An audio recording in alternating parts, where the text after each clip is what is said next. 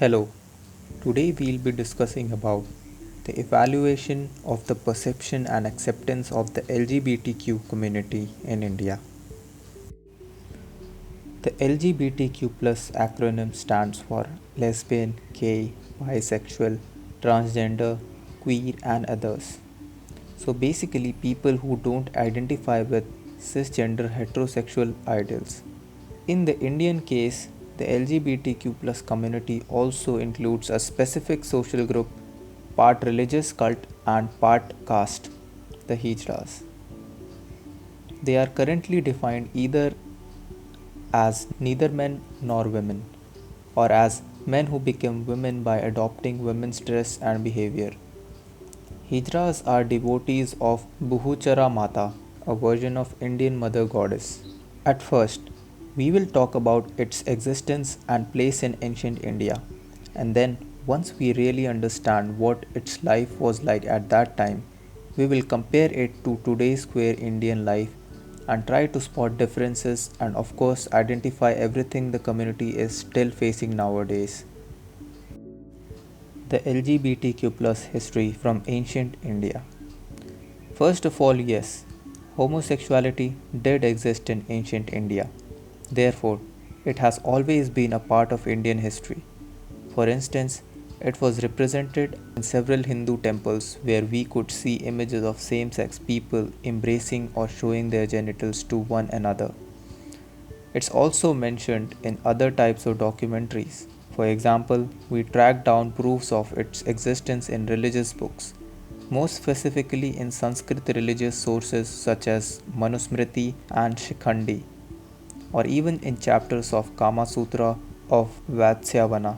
Afterwards, as to its perception, everyone knew about its practices, their existence, but it was definitely not accepted as it was already poorly seen. Different types of punishments people accused of homosexuality would face.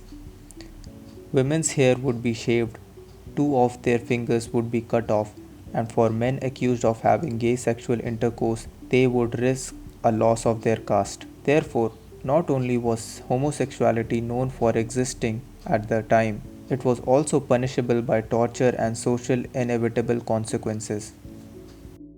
To now, what's it like to live as a queer individual in India? Considering homosexuality was a thing in ancient India, it was not really accepted, but everyone knew it existed without necessarily thinking of it as a crime. But it was never encouraged. When British colonists arrived in India during the modern era, had increased and gave homosexuality its known criminal perception.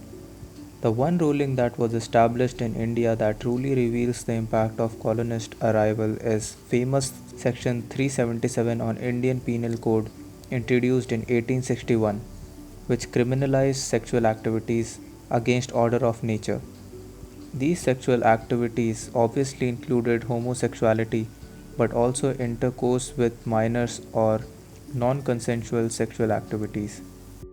Decriminalization of homosexuality in India. Homosexuality was first decriminalized back in 2009 after a decision of Indian Supreme Court which invalidated the section 377 of the LGBTQ plus community that used to criminalize same-sex intercourse and was voted in by the British colonists. But a few years after this major law, the ISC decided to review its previous ruling in 2013. Homosexuality was a crime once more. Happily, last September, the Supreme Court once again decided to review this 2013 decision and decided that homosexuality was legal again and that discrimination based on a sexual orientation was a violation of fundamental rights. Does legalization equals acceptance? We found out that very fact of it being legal or illegal didn't mean it is truly accepted among families or even among friends. We have read about several people who talked about their experiences, what their life was like once homosexuality was legalized. But these people didn't live in big cities like Delhi, Calcutta, or Mumbai. They lived in rural villages and they tell their story then we knew for a fact that these kind of laws absolutely makes no difference in people's lives. They're still discriminated, assaulted, etc. As a result, this legalization, even though it has made a lot of people happy in India and across the world, these people mostly come from cities where it was easier to celebrate this victory. Even though the third sex is currently recognized, trans people are definitely not fully accepted and even often go through atrocious modern tortures.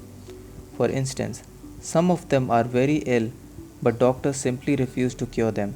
The most shocking thing about the case of trans people who suffer from HIV consequently have to go through a double discrimination for being infected with a topic that remains sadly taboo in India, but also have to deal with discrimination coming from the gender they identify with that doesn't always match with their appearance.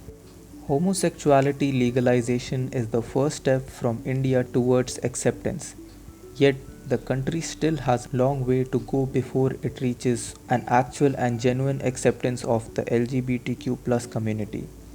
We are certainly optimistic about evoking a process in their acceptance in their actual daily life.